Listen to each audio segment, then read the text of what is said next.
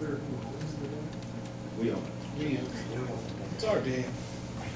Well, we leased it to them and told them to take care of it.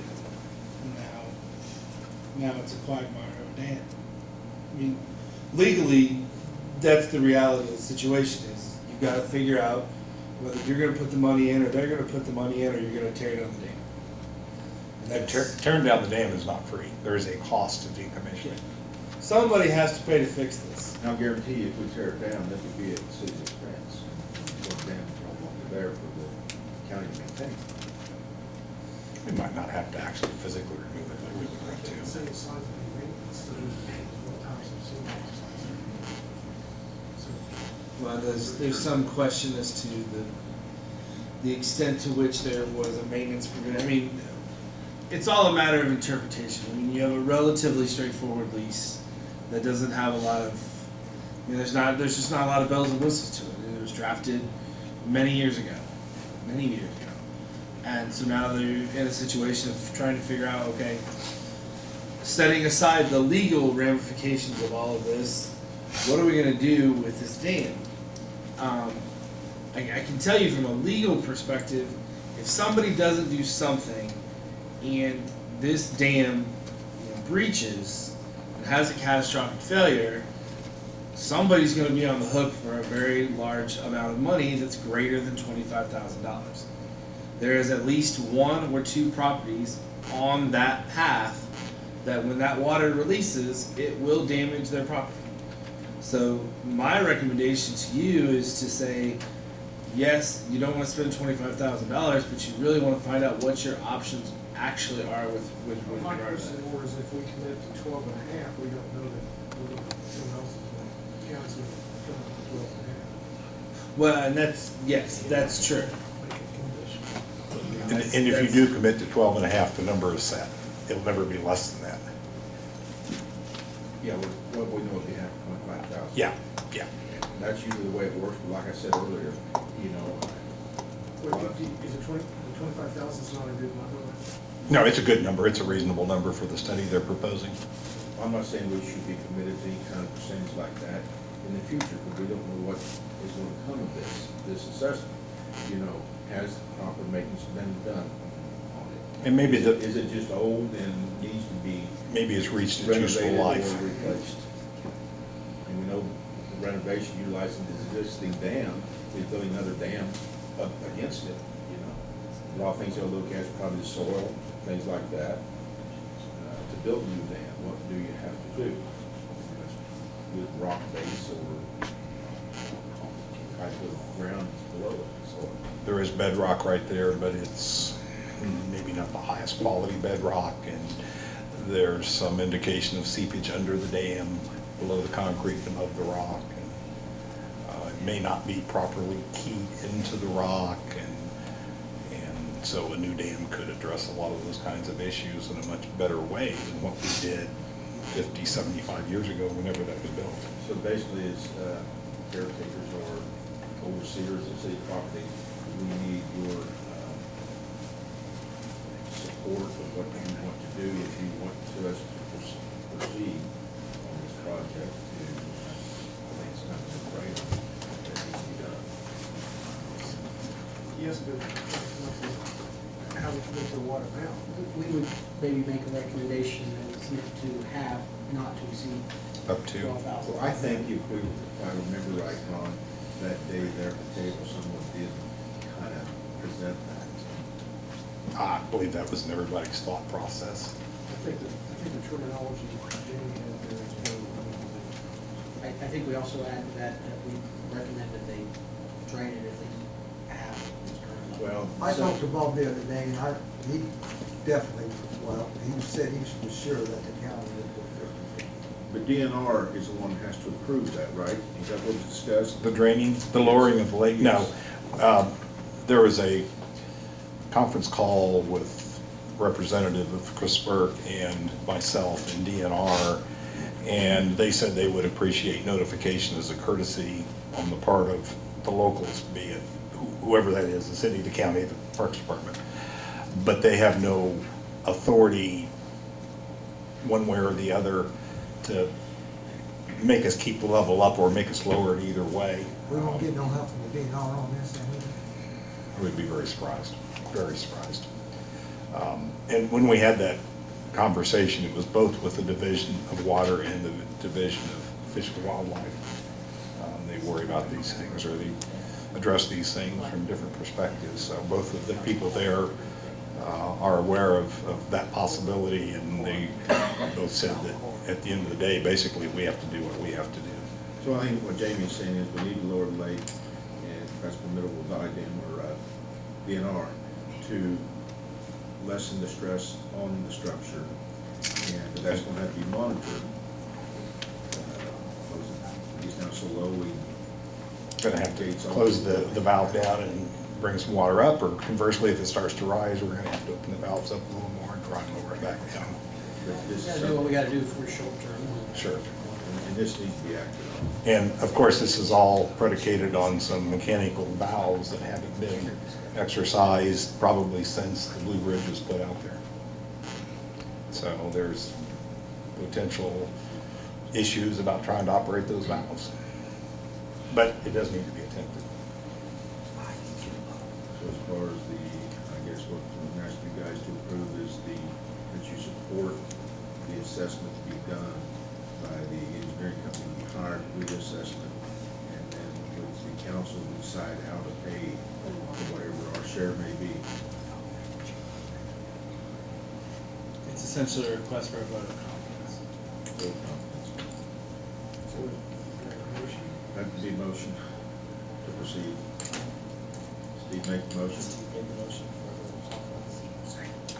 Jamie second. Any further discussion? All those in favor say aye. Opposed, same sign. Motion passes. Now we have to sit down and discuss it.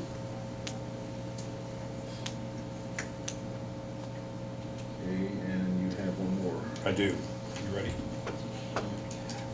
You have in your packet, I believe, both an agreement -aid to construction and a Decatur County agreement for purchase of power, both relative to REMC and both relative to providing power to a new lift station that is a sanitary sewage lift station that is a part of the Veterans Way project. This lift station is located west of the Veterans Memorial at the roundabout.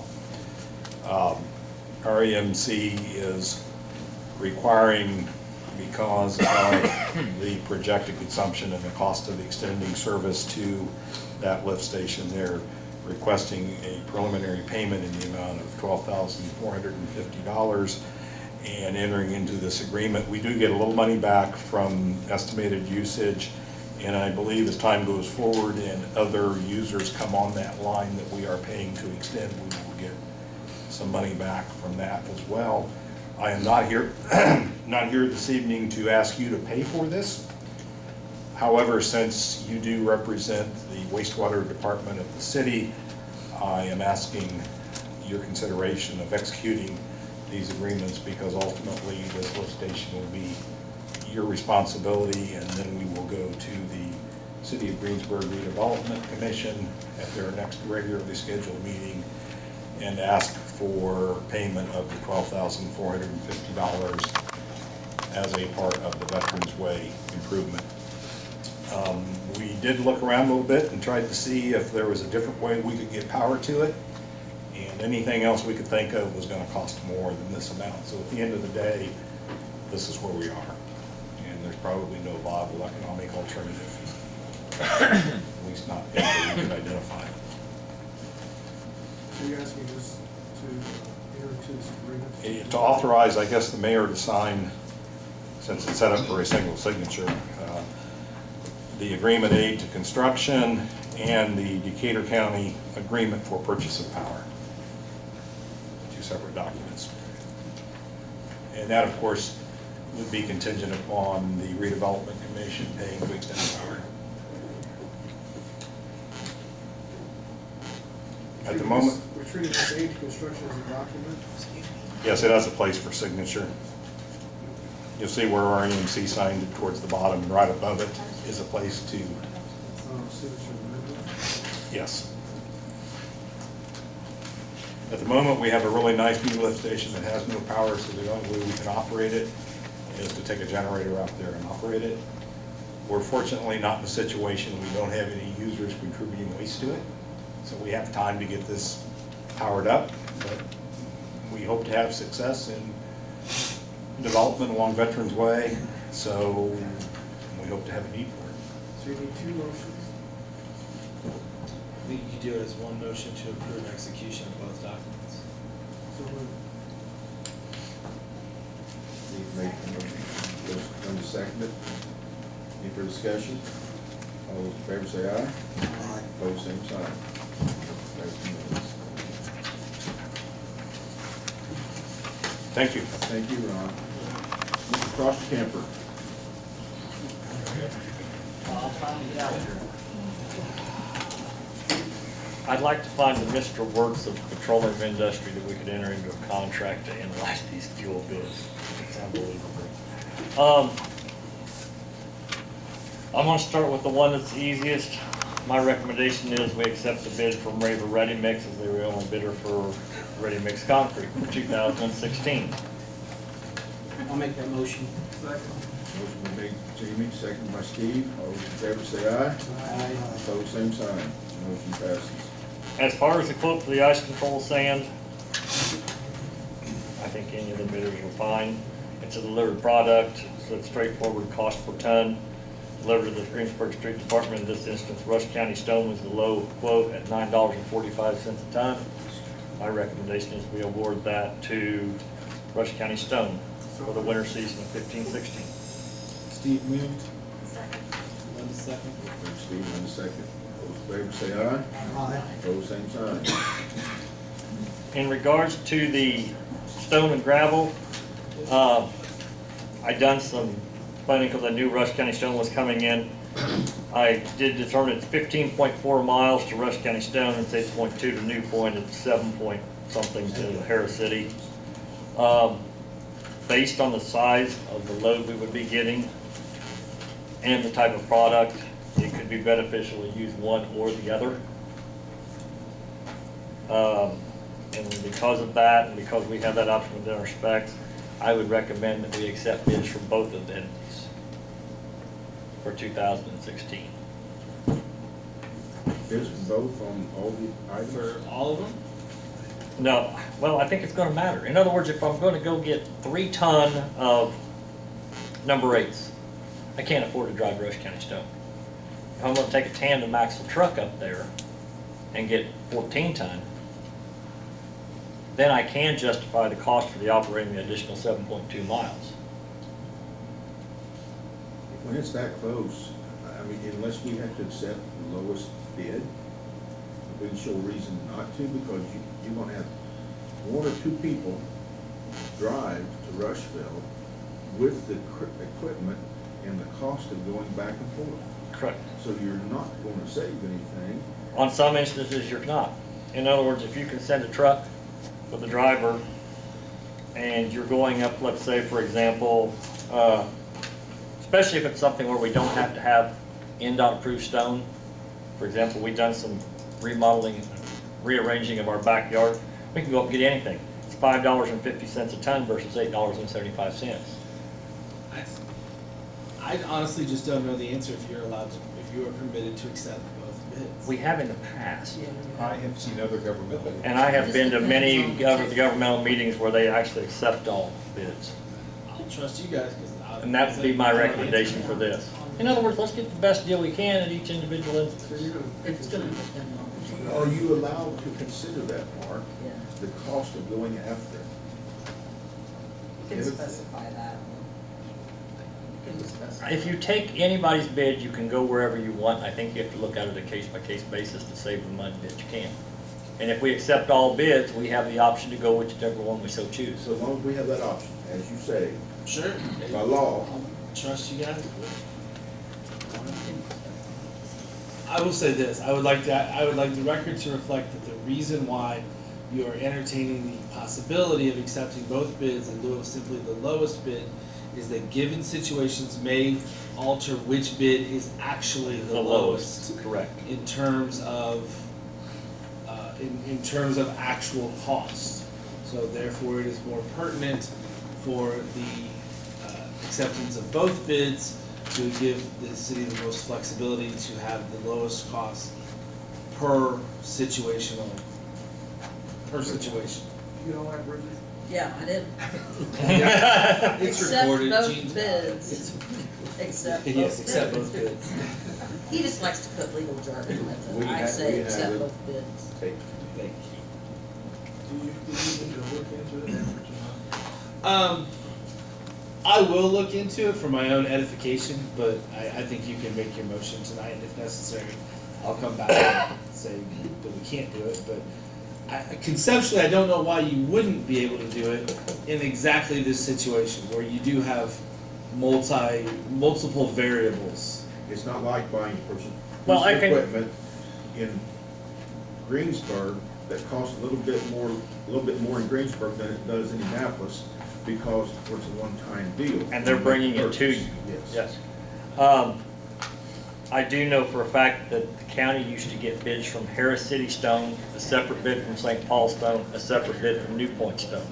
Sometimes If you're working in Adams Township, you want to go to St. Paul Stone. If you're working down south of New Point, you probably want to go to New Point Stone. So they would accept all Conceptually, those it makes bids. sense. I just don't use So when I we're looking see for her, motion to purchase from both entities as the situation occurs. Accept Accept both bids. Steve made the motion? Yeah. Need a motion. It's Bob's finger a second. Yes, second. Bob second. Any further discussion? Hearing none, all those in favor say aye. Opposed, same sign. Motion passes. Thank you. Nice to see you, Mark. Fuel bid. I believe, I've went through all the numbers, I've ran the calculations. I think their prices, as far as Premier's fixed ag prices, are the same at either location. I know their pricing structure, they have to have a much higher margin when they go to the automated pumps, so I believe the comparison between those two is correct. The Speedway Super Fleet bid, it looks to me like possibly they didn't get they exempted both the federal and the state tax. We have to pay the state tax, which is 16 to 18 cents, which means their pump price would put them about where the co-op's tank wagon price is. I think we need to get some clarification and some further review of that with both of the entities involved. And I'd recommend we leave this table until you have your meeting set for the police department, and we put this on the agenda at that time.